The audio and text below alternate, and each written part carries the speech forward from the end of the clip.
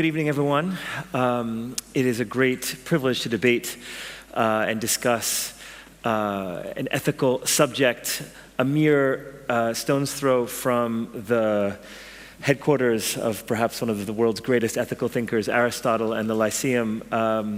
We have 34 minutes or so to think about this question of if our goal is to create an ethical artificial intelligence or artificial intelligence products and tools that respect our ethical values, to what extent can we do that within the tool itself?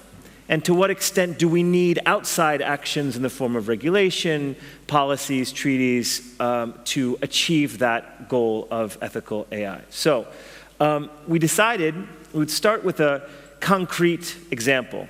So Christos, imagine a young woman comes to the Piraeus bank with a vision to start a new cafe in Athens, and she is applying for a loan. And this is something that happens every day. It happened for many, many years at Piraeus Bank. How is AI changing what the bank is able to do for a customer like her or for other customers? And what do you do currently to ensure that AI that you use adheres to ethical principles? Lex, thank you very much for this opening question, so I can set the scene from the ground up, and I'm very happy to be here with you and with this excellent panel. Well, the good news is that we use AI in Piraeus Bank, so I have experience to talk to you about this, and the way we look at it is, I would say, customer-centric, because we actually are a bank that we are very close to our customers. We do surveys all the time. We do net promoter scores. We want to be in the loop with how they think about us. And we validate everything that we learn. We try to put them into our models, and we try to have our models having as many data, objective data as possible. So if it is a young woman of color, the model is not gonna, let's say, differentiate or when it comes out with the result. And of course, what we can do, and it may look a little bit, I don't know, maybe unusual, but we try to build our models on the basis of our principles. And the principles for Piraeus Bank is accountability, meritocracy, and transparency.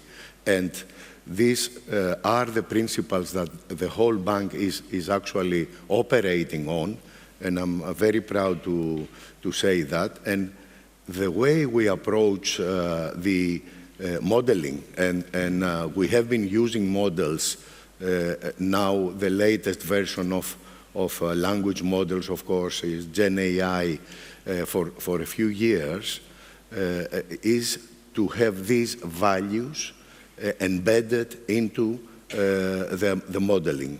And how we do that, we monitor results. We make sure that if over time biases are developed, that we correct that. And most importantly is we have a human in the loop. So we make sure that whatever the advice, because that's how we look at it, that is an advice, whatever the advice is from the model, there is a human in the loop who reasons and debates the validity of this answer. And we are using it a lot. We are actually right now spreading it to about 1,000 of our 7,000 people, the co-pilot in its form, but also we are using other forms of AI models. We have a task force advisors and our own employees that are developing a lot more models along these lines, but we stay very focused and disciplined to our principles: accountability, meritocracy, and transparency. Can you say a bit more about those 1,000 employees of the bank that are using AI? You have the kind of the macro level view. How are you seeing that AI is helping them do their jobs better? The way we have actually placed it into the bank is not an instrument to replace people, but is the instrument to help on productivity, in decision-making, in actually giving you a lot more data. For example, our relationship managers that are interacting with clients can use one of these tools to get all the data available for that client, all the data available for the industry, reason on options that, or products that could be available for this client on the basis of his financial needs, the cash flow requirements, etc., etc. And we have been looking at this, and we have been using this in the early stages, but we're going to be doing a lot more. We are a total of 7,000 people, so we have a few more to train. But the way we look at it is in order to improve our productivity and not to replace people. Yannis, building on what Christos has brought our attention to, and using maybe the three values that he has instilled in the bank of accountability, meritocracy, transparency. As someone who builds tools, as a representative of Greece to an international conversation about AI, to what extent do you think that those values could be embedded in the design of a tool? So that's a very good question, Lex. And maybe to add here as context, I'm also a research scientist at one of the world's leading laboratories designing some of these large language models. Now, taking your question, let's break it into two parts. The first question is that if AI can actually represent those values, and maybe can it be ethical by design? And I think that the term AI, by definition, is a little bit misleading here, because there are multiple models that actually can be defined under that. For example, statistics have existed for hundreds of thousands of years. Like, the statistical models is what evolved to what we so-call today AI. But my field was actually machine learning. And machine learning is defined by statistical models that are most of the time easy to interpret and have been and they're being used from the 90s and even earlier for decision making. However, because they're simple enough, we can understand them, and there's transparency in the way we design the mechanism. That doesn't mean that the mechanism can be wrong. There are multiple examples of wrong design, but what we're assessing here is the ability. Taking it now to what we've been seeing the last decade, which is the evolution of deep learning and neural networks and these large language models. What are large language models? They're trained on data on all over the internet to predict the next most probable word. Why is that useful? Because by predicting the next most probable word, you can infer the context, and it's a way to teach a model how our world connects and how to represent it. Now, these models are much more complex. They're much more difficult to understand, and we're dealing with some of the state-of-the-art research that we're asking it if it can be transparent and interpretable. And the question is that, the answer to that is that actually it's an open research question. And there's amazing work that is being done towards the direction. To maybe add a clarity point here, is not that these models are opaque. We can totally write down all the equation in a very, very, very long paper. The challenge is that this equation would be very hard to be interpreted by a human. So when you hear in the media this debate about AI as a black box, that we don't know why the LLM says what it says, what does that make you say in response? Or how would you help clarify that for non-experts? So I'm a research scientist. By definition, and it's in my contract, that problems are to be solved. So when I see a challenge like that, and it's been a matter of an ongoing discussion for many years, it didn't come up the last 2 years or the last 10 years that people have been discussing it. It's much longer. And I think that there is some amazing work that is happening there. And what we should be doing is, instead of just observing a problem, is that we should start working towards that direction. And there are beautiful examples by multiple companies, by independent laboratories, that they're trying to shed light on how these things work. If we are there yet, clearly not. But I don't think there's a state in this world that we should be satisfied with what we have. By our nature, we should always be seeking for the next step. And I think that the next step here is very large, and we have to definitely move much faster than we already do. Thank you.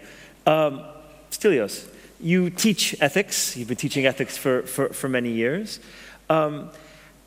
What should someone in your classroom who's trying to study and learn how to think about ethical systems and ethical principles, how has that process of learning about ethics now different in the age of AI? Or should be taught differently and understood differently in the age of this new technology, in your view?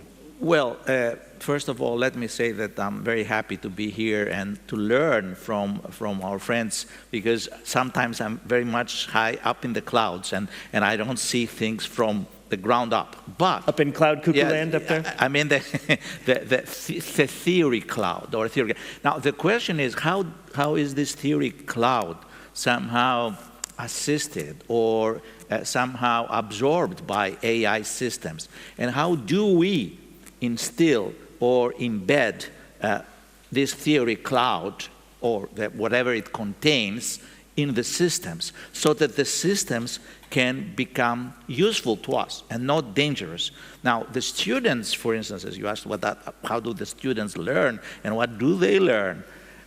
Should try to think of moral agency and of moral dilemmas. And the question is, can these machines, these systems, help us understand moral dilemmas better by examining all kinds of implications of a dilemma? I mean, take bioethics, take very, very serious situations where you have conflicts of values, where philosophers, bioethicists haven't decided, they are divided about these issues, like euthanasia, geoengineering, gender. Yes. Yeah. Now, suppose you feed all this information and the data you have from the debates into the machine, into the system, the deep learning machines, LLMs, and so on. What will you get? I mean, in the past, it seemed to be easier in previous generations of AI systems, because you would say, I want a machine that follows utilitarian views, that is, maximize utility. Or I would like a machine that is Kantian. By the way, in Ian McEwan's book, Machines Like Me, you have a robot which is Kantian and says you never lie. I mean, or if you are Aristotelian, there will be a debate on Aristotelian AI or whatever. There, you don't have just principles, you have virtues. Can you imagine, these systems becoming virtues, and what does this mean? And to go back to the concrete examples that you raised, I think Yannis said, we have problems to solve. Okay, you have problems to solve and the machine can help you. But what can the machine do for you when you have a dilemma that is of the kind that you were describing? Don't you need the intervention of a human? By the way, I was reassured that there is a human somewhere in the loop to just check what is coming out. Because there is this fear, maybe it's irrational, that these systems, as you said, like black boxes, will evolve and develop in such directions that we cannot control, and maybe they will undermine the values we started with.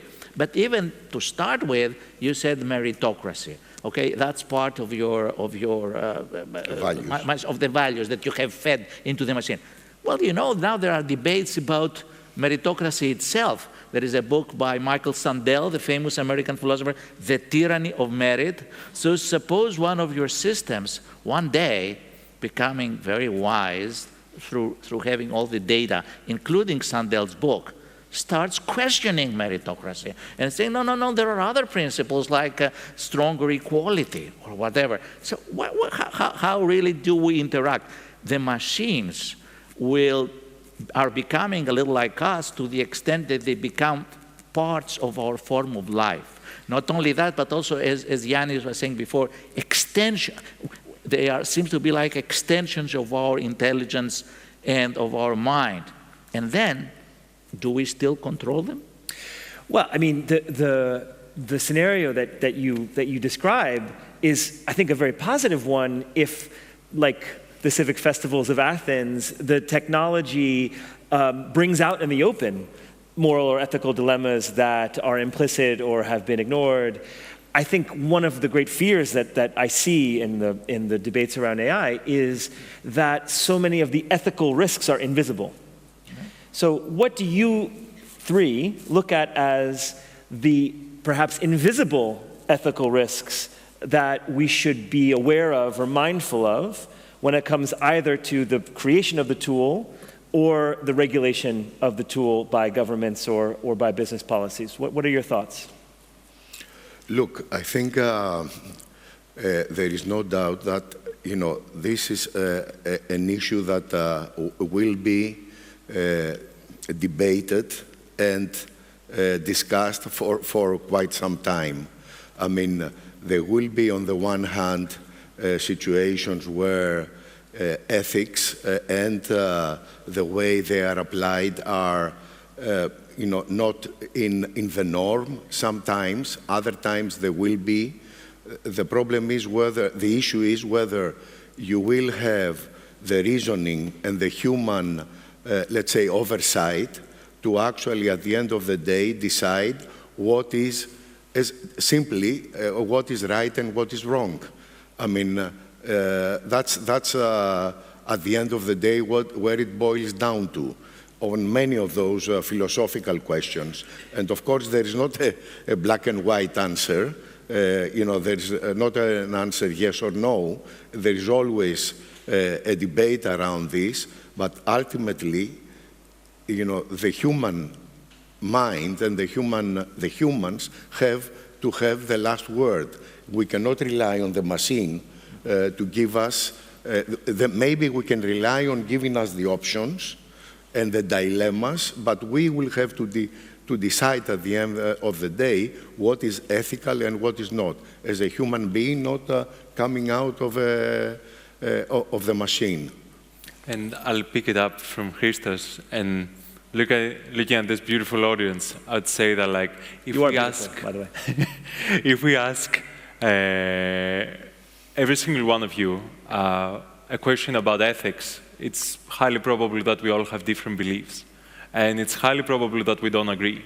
I think that's the biggest challenge, is that we are asked for the first time in history to put down so many different things on paper and agree on them on how we want these systems to be steered. Because these systems can definitely be steered, like it's part of the post-training that they receive. But the question is, like, to what values and do we all agree? And there is ambiguity. Like, there is what the true debate is for me. And what I find really interesting from that perspective is that I remember about 10 years ago, actually more, it was 2013, where I started doing my master's thesis on deep learning, and everybody was telling me, oh, this thing is never going to work. And I had to explain to them what I do and how these things work. And now I can have an AI ethics debate with every single person, or at least the majority of them. And there's one thing I really like this, and it's not just because I'm Greek and there are lots of philosophical questions that are brought into the surface again, but I really adore how everybody wants to participate as part of this dialogue, and everybody wants to have an opinion, because this urge is what makes us be more educated about them, attending such events like this one. So I'm going to, yes, I think that's something worth applauding. Let's take Stelios' metaphor of the clouds and imagine now that we're in a play by Aristophanes. We have the world's political leaders of companies, the designers of the AI tools in an assembly. And the goal is to try to create this dialogue, given the problem or the challenge of ethical plurality, that some people think it's about maximizing utility, other people, respecting authority and ancestral rules. You are the ethical expert called in down from the clouds to help create order in this ethical dialogue. What would you do? Stelios. Well, first of all, there are many ifs there, and there are conditions that must be respected, and I'm afraid, since you brought in politicians and political leaders, that They do still have some power, yes, unfortunately. that I wouldn't trust, them to just first of all, be transparent about their motives. Now, in philosophy, there is this famous German philosopher Habermas who had this idea, a model of a dialogue, which respects truth, which respects certain conditions for the dialogue to go forward, to deliberate according to certain rules. Unforced force of the better argument. Yeah. And what I would like the machine to help me do is sometimes help me understand the structures of the arguments, to what extent they can be judged as valid, but about the premises of the argument, right. about the ground values that are going to come into the debate. I'm afraid that the machine by itself cannot do it, and here's where Christos said, what I agree with Christos, that we should go back to human beings. Yeah. But to go to your question, I'm afraid that, look at the world scene today, that the world scene is too chaotic. I mean, sometimes you're not dealing with rational, you feel they are not rational agents. I mean, what are they? They want to maximize profit. They have fears, emotions. Look at world leaders who start a war. How? I mean, the machine presumably doesn't have these shortcomings of strong emotions that somehow prevail over the arguments. And the hope would be that if the machines were counselors of these leaders or moderators of a debate, they would at least help them control these, let's say, moves that they make motivated by strong emotions. But then, on the other hand, you cannot let the machines take it all the way to what? To what goal? What is the common good we're aiming at? But if you think, Lex, what the professor just said is one of the most optimistic views I heard about use of AI. Yes. Because actually, if you compare, as we see it, right in front of us, some of their human behaviors, reactions, and acts, and you think that they could have been, if they were cancelled by a more rational AI machine, probably they wouldn't have been taken these decisions. That's a very optimistic view for Can a machine the future. predict Donald Trump's reactions? Because If it's trained on his Truth Social, then absolutely. Yeah, well, sometimes it's so erratic maybe not. that maybe not. Yeah. So I do have a point to maybe raise here as a thought, because it's about democracy forum. And my thought is that I think it can be very problematic when we talk about the machines, because it's like giving it an anthropomorphic sense. Yes. And science fiction, like they're out to get us. And Yeah, we've all seen so many science fiction movies that we can relate to. But truth to be told, it's a tool, and it's trained to follow a specific objective. So, and that objective has to be quite clear, or within the context it's trained. So I think we should be careful as of what we define as AI and how we bring in anthropomorphism in this. And to bring another perspective, because we're talking about AI, I think that the majority of AI is not just this assistance, but it's happening in the lab. And the revolution we see in fields like biology, from nuclear fusion to weather, to climate prediction, to material science in general, like around medicine, I think it's extremely fascinating. And there's no anthropomorphisms there. It's very clearly defined, powerful models to follow specific tasks. But surely, Yannis, I mean, people who are in the lab all day have blind spots.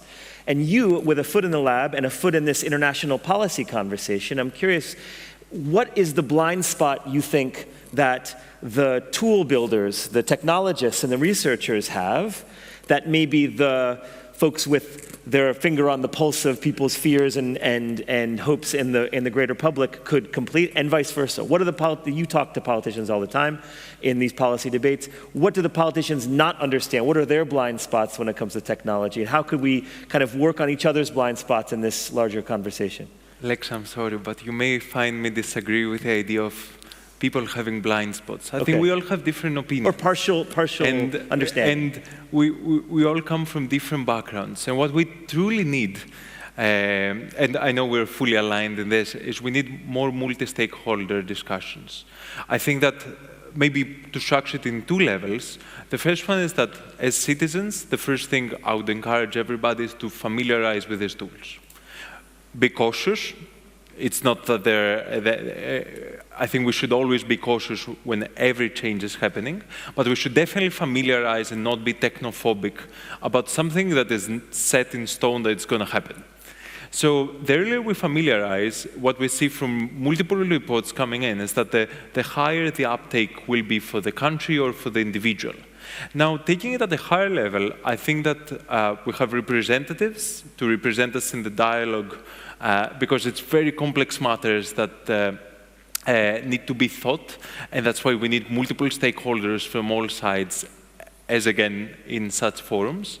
And I think that Greece is doing an amazing job at representing the country the last few years in such consortiums. Like, we start to see impacts with, for example, some reports coming out from the O.E.C.D.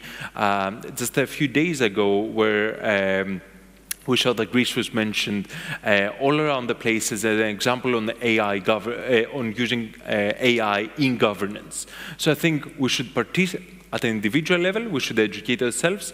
At the country level, we should participate as much as we can, share knowledge, and learn from the others. Christos, we're kind of approaching unfortunately, the end of our conversation. You're the leader of one of Greece's largest banks and with a vision over a major sector of the economy.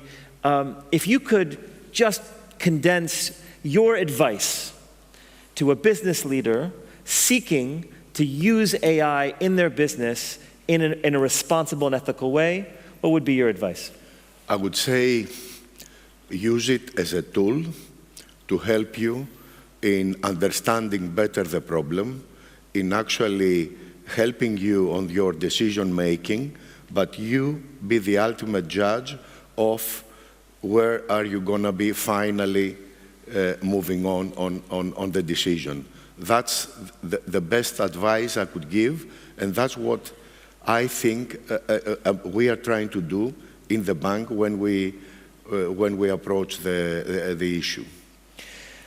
And Stelios, all of us have, I think, learned something interesting about the study of ethics from you just in this conversation. If people here in this hall are interested in learning more about how to think ethically, how to understand different ethical systems, what would you recommend that they do? How can we all become more educated about the study of ethics? You are now talking about regardless of the development, independently of what happens with AI. I mean, we're in a context where AI is around, so you can factor that in or not. What do you think? Well, I think there are two main sources that I would draw on. And the one is our ordinary intuitions about things, beliefs that we, well-considered beliefs, but there is also a long history, a pool of ideas regarding our values in the West and also in the East. Now, Confucianism and Eastern systems are being discussed today. So I think you have to bring in both ordinary people's intuitions about things, but also the wisdom of the history of ideas that we can draw on, like Plato, Aristotle, Kant, John Stuart Mill. But again, if you want to abide by the democratic principles that you want to hold on to, I mean, that, as you suggested, be careful with some philosophical ideas. You don't want to think of AI as a philosopher king. Philosopher kings, like Plato had in mind, can be dangerous in some ways, because they think they know what is the good for all human beings, but we have to be more modest, more democratic, not totally subjectivist. I agree with you that we want a minimal core of principles, and that we can build on the basis of universal dialogue. So universal dialogue could be the goal for deciding about the values that you put at the core, and AI can help you there, at least by allowing you to see all the inferential connections among ideas and intuitions. And Yannis, finally, for folks here, again, looking to educate themselves and learn more, what would you recommend? I cannot make a spoiler alert, but maybe something is coming up. I think that what I would encourage everybody is to try these tools. Like I've had beautiful examples from all sorts of disciplines using it for growing their businesses or brainstorming new ideas in entrepreneurship, from improving their writing that many of us are not native, to all sorts of crazy ways somebody can use that. So I would say be creative and always be cautious, but I would urge people to try these things so that they can develop an opinion of how they work, and this opinion will help contribute later in the global dialogue as well. Well, I'd say in 30 minutes we've basically solved the AI ethics debate, haven't we? Please join me in giving a warm welcome and round of applause Thank to you very much, Lex. our panelists.